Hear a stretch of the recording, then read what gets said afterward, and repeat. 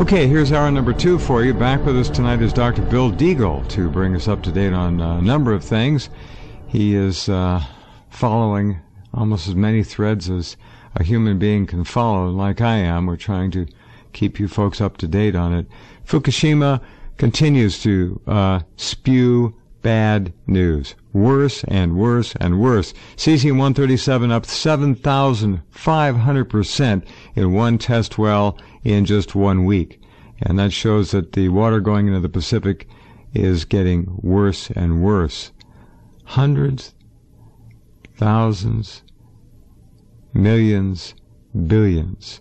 13 billions more neutrons released from Fukushima than ever projected by the lying TEPCO. 13 billion more neutrons. I mean, it just goes on and on everywhere you look. Read the stories at the top of the page. You'll understand. Mass die-off seen in birds, fish, continuing to get worse and worse and worse. This all goes back to the Japan State Secrets Law, which has pretty well dried up most of our information from the inside. Very little things going on. Even E&E News published one story in 7 days. That's how much of a paucity of information there is coming out of Japan. Hello, Bill. Welcome back. Glad to hear you on the program again. Chris, there's an awful lot of issues going on. Today we had Chris Harris, our nuclear expert. That's his radio name. That's his real name. Sure. And, we followed this story that you have posted up on your site, and we got into some of the details of it, and it's so shocking that even if you're sitting down, you'll fall down. I mean, I don't think people understand, and I've made a statement just so kind of to put a date on it. I said, that between 2014, now 2015, and 2050, that Fukushima is an extinction level event. Now, when I put that date, I'm just being facetious because it could be 2030, it could be 2040, I don't know. All we do know is that the level of radiation is killing everything in the Pacific Ocean, and the Pacific Ocean is linked with every other ocean with transoceanic currents along the coastal region. So it only takes 26 months to transit the entire planet. We know there's also equatorial currents that carry high-speed water and radioisotopes from the northern to the southern hemisphere, equivalent to 300 times the Amazon rainforest every day. We know there's big surges of radiation that hit the west coast of Australia and New Zealand that have in the past happened in the last 3 years. And this level of radiation is an extinction level event just by itself. We're not even talking about, nuclear war or plagues or coronal mass ejections or the things going on in the sun now, which are really unusual, like there are coronal holes that are occurring on the sun. What people should understand is there's a number of converging events, but just by itself, Fukushima Daiichi, this thing screaming out at us is that there's not even a dialogue to discuss what they could do to stop it. And of course, there's not even a discussion as to why all of a sudden there's a massive surge, whether it's an underground surge from the aquifer that burst into the ocean, or whether they just opened containers and let them rip. Or there was a catastrophic rupture of containers on the site. Yeah. We don't have any news coming out at all. It's a news blackout. And in fact, if you try to release news in a local area, you go to prison in Japan. It's also, remember, people should understand, TEPCO is only an umbrella company. All of the companies that service TEPCO are U.S. subsidiaries and affiliates. In fact, one of the same companies that services TEPCO, that's one of the primaries, is the primary company that serviced the WEP reactor, the Waste Isolation Pilot Project in New Mexico that caused a catastrophic release of radioisotopes because they put in kitty litter and caused nuclear explosions to occur that contaminated a hydrofracking area that was literally making radioactive gas and oil wells in the area radioactive. Literally affecting within half a mile of the area. What's going on in America now is the rules have changed, but they've changed very, very little. But they changed enough that there's at least 5 major reactors in the United States that are likely to go belly up. They've actually said we cannot comply with these minimalist rules, and therefore we're going under financially. And here in Southern California, San Onofre said, oh, don't worry, we got $4.4 billion in the bank to do it the next 20 years. And I said, I know which bank it is. It's my bank and your bank. It's anybody who's a ratepayer Yeah. It's not their bank, the bank of the corporation. It's the bank of us. So, and the thing that people don't understand, they're actually talking about burying the waste at the San Onofre reactor site, and the same with reactors all across America. They're not planning on putting it in special containers on rail cars that are specially designed, moving it to a zinc or tin mine 5 or 7 miles down. No. There's no plan to actually make a new site like they did the one they talked about for years, which of course was stupid because it was on a fault zone in Nevada. What they're really talking about is burying it on site, and off of San Onofre, 5.5 to 5 miles off the site, is the San Jacinto upthrust zone. Now, the upthrust zone is what drove the tsunami toward Japan, but that upthrust zone was 75 to 120 miles off the coast of Japan. This one is between San Onofre and the Catalina Islands. It's 5.5 miles off the coast. So you're literally talking about a tsunami zone where they're going to put nuclear waste that they've stored for 60 years, and there's no intention of moving it. And they said they got lots of money to quote, mothball the plant, which is also hogwash because you can't turn these things off easily. You have to wind them down over years, and then you have to take all the isotopes and put them in a stable condition in special containers. And ideally, you want to move them off-site to a place where they'll never interact with water tables or people again, or the danger of terrorists striking it, or just a natural disaster like a tsunami. So what I see happening is even the whitewash level, even the lowest minimalist level of increased regulations is going to make at least 5 major reactors financially go belly up, and they probably will not do a proper job of either mothballing the plants. Wouldn't be surprised. So what they're going to do is these plants will be in an unstable condition, just like people don't realize. They say, well, they didn't turn off. They require constant maintenance forever. People don't understand that. Circulating water and staff and everybody. And these things, a lot of them, are quite hot, and especially the newer ones where they actually turn them into MOX reactors, which the U.S. government were doing because they wanted to create more plutonium for nuclear weapons.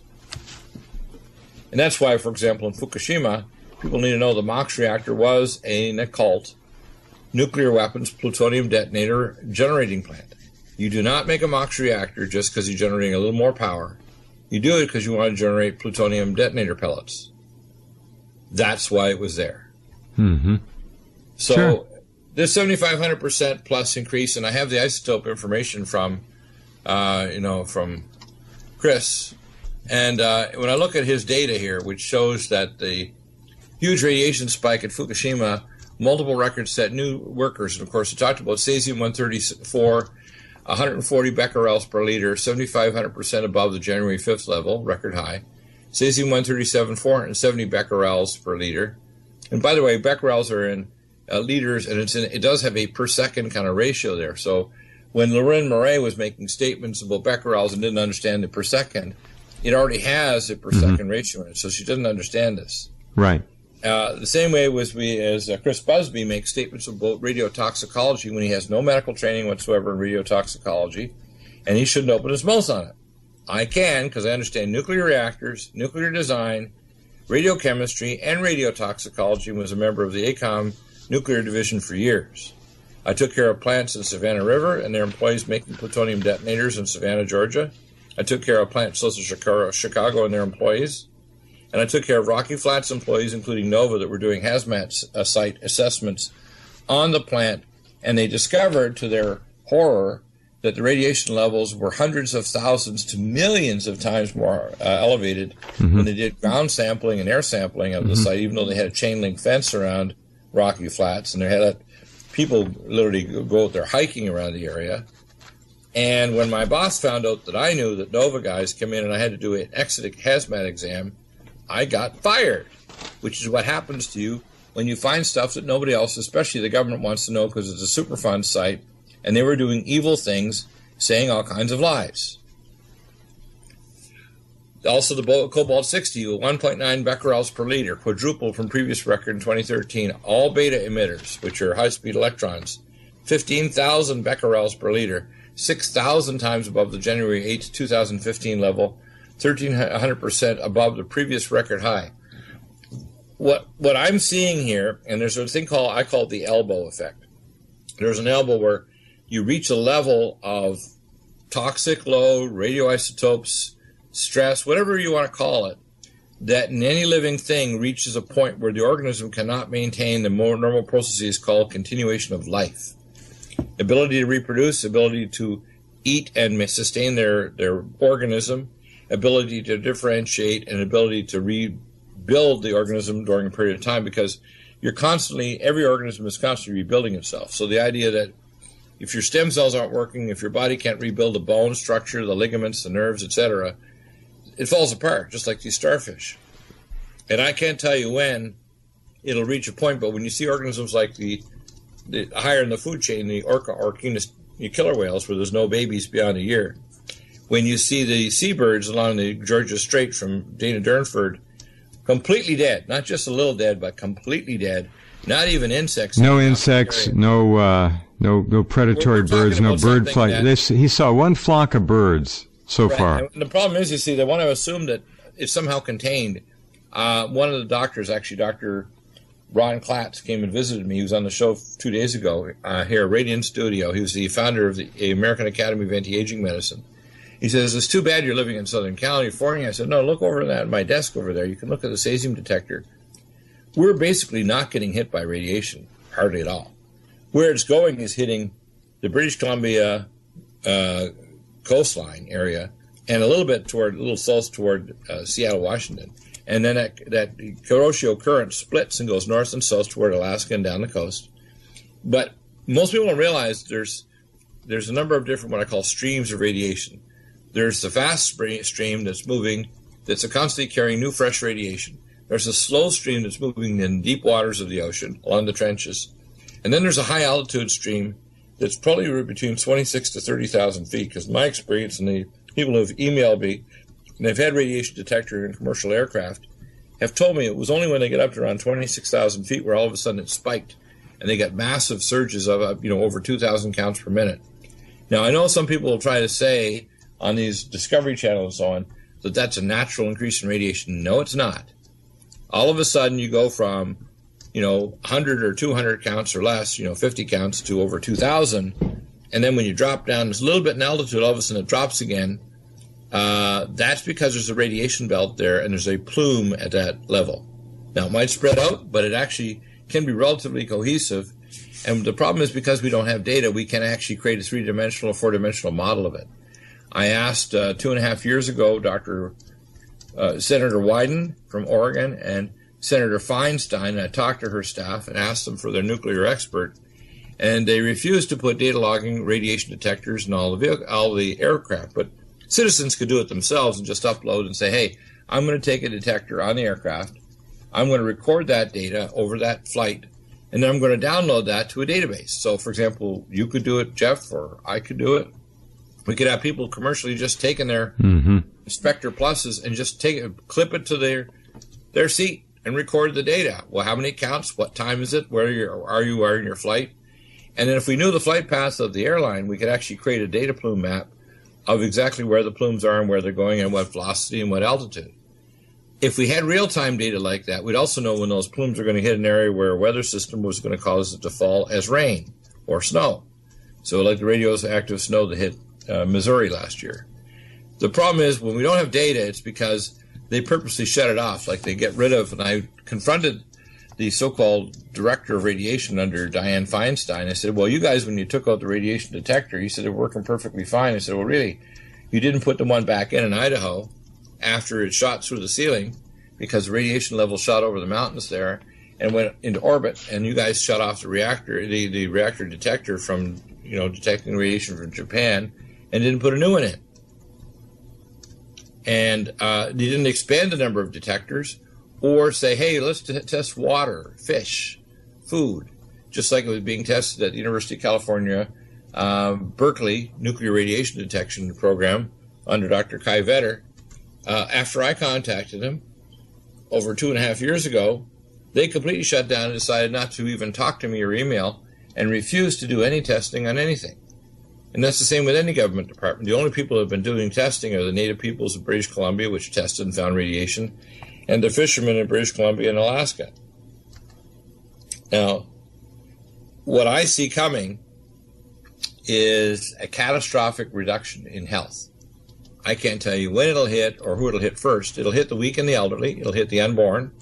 It'll hit the people trying to have babies and worried about organogenesis when something's amplified 100 million times in utero. It's going to cause lots of diseases, like we know cesium-137 in animal models causes a catastrophic increase in breast cancer. It's a glandular excitotoxin, and what it does is it grabs every gland in the body because it's an analog of magnesium and potassium and it's concentrated, and then it's going to cause a very massive increase in cancer rates. But it's also going to cause cardiac arrhythmias, heart failure, atrial fibrillation, small for dates, lack of release of growth hormones like it is in Japan where these kids don't grow anymore, and you can measure their growth hormone and their growth velocity is down to zero or very close to it. So, I can make some predictions, but without data, it's only conjecture. And the problem is they don't want us to get data. So they won't even get a dialogue to say, we're going to disagree with you, Deagle, and we think you're a fool. Well, point out why I'm a fool and tell me technically why you can get a better plan. But when you do it that way, when you present it as a scientific dialogue, asking someone to please challenge it, but do it in a scientific and a valid non-hominem way, they don't want to do that. What they want to do is they want to just say you're nuts to ask the question rather than, hey, let's go do and test data and see if we can get a better hypothesis and a better thesis as to what's going on and how dangerous is this. But we're not getting any dialogue from anybody. Government, International Atomic Energy Agency. No, we're not going to either. Nations, no. Nobody. Nobody's going to talk, and nobody's even going to disagree or even make anything other than, they're basically even silent. I mean, I even beg people on the show, I said, if you're a radiation expert, if you're a medical doctor, if you're a government agent, if you're anybody, disagree with me, call in. And not a one in almost 4 years now, not a one. So what I see happening is what I call gutless evil. It's just disgusting. And people don't understand Fukushima by itself, without genetically modified food, which is also sterilizing us and destroying human biology, without fluoridated water, without stacked vaccines, without polypharmacy, which is also rampant, without all of these things, the human race is doomed. My prediction is, and this is, a Deagle prediction, that within a generation, more or less, human beings will not be able to reproduce except if they submit their gametes to a laboratory. The intelligence and IQ of individuals will be so dumbed down that they'll basically... Oh, it's dropping like a rock. Subhuman... Dropping like a rock. Subhuman robots, or what I call zombified. Well, that'll give it an easier road for AI to take over all this, what you're saying. Right, and AI will take our artificial intelligence and upgraded humans, and people... for example, I expect in Japan here in the next year or two them to announce to say, hey, we realize that all you Japanese women can't have normal children, so we've set up a special program so you can submit your ovum and your gametes to your laboratory, and we'll make sure we do polar body exclusion to make sure you have a perfectly genetically normal child, and we'll even grow the child in a fetal laboratory for you if you don't want to grow it in your body using gamete intrafallopian tube transport. And people say, Dr. Deagle, that's just sci-fi. I said, well, I'll give you an equipment list and show you exactly how you could do it. So when people say, you can't do that, Deagle, I said, well, you're talking to the wrong doctor. I have skill sets, let's put it that way. And what disturbs me is people don't realize whether we could do it is not the question, is whether we morally should do it or whether we should tackle Fukushima Daiichi. And if I was watching from a galactic, 4D channel, the program Earth, I would say as a being in a foreign world, I would be telling all my children beings to look away. It's too gross. Look away. Don't turn on that channel. Right. It'll disturb you. You won't sleep tonight. You'll have nightmares.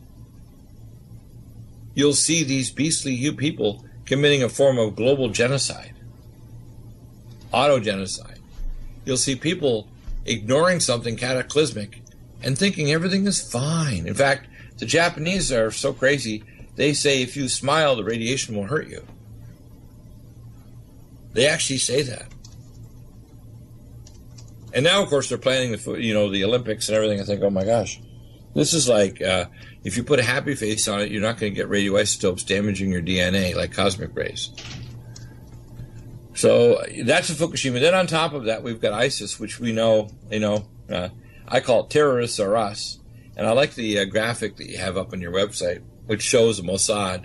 We know that the town south of Amman, Jordan, where ISIS was trained, supplied by American and Israeli and Academy, which is the Blackwater Security new name, trained there. And now we supply them with satellite phones and equipment and Stinger missiles and everything else. And they've gone from 50,000 man force to 200,000. And somehow the globalists think they can control these guys. At some point, the Israelis who've been deeply involved with getting these guys going, they're not going to control these extreme Islamic maniacs. And Israel will have to resort to the Samson option, which is nukes and biological and chemical weapons. And we will have a cataclysmic thermonuclear war involving Russia and China and everybody. And people say, well, that won't happen. I said, all the controllers that keep telling each other, just like these meetings of the Bilderbergers, most of their marketing is to tell each other. They're still in control when they don't control anything, including even their bowels, let alone the world. So I find it really hilarious when I get even feedback from people that are very wealthy, like billionaires, through various channels, that tell me that they're freaked out by the fact that the people with levers of power are very rich, but they're socio-psychopaths that are Satanists. And they really could give a rat's behind whether or not most people on Earth die, because their ultimate drug isn't just money and power, it's Megadeth. Not the heavy metal rock group, we're talking about Megadeth. They get off on seeing people die, and nations die, and human beings writhe in agony as they pass on to the next world. And people say, you're just exaggerating. I said, no, I'm not. The ultimate drug to these people is seeing others die in horror. And that's why Fukushima's left. Yeah. That's why our world is heading to an economic cataclysm and the mark of the beast. That's why they want to get rid of 90% of the human race, because they just want to genetically engineer a subclass of, I call, the troglodytes. That's good. All right, hold on, Bill. We'll come right back in just a few minutes that's as all we they want. continue. They don't want us around. We're too pesky. Ask questions and everything.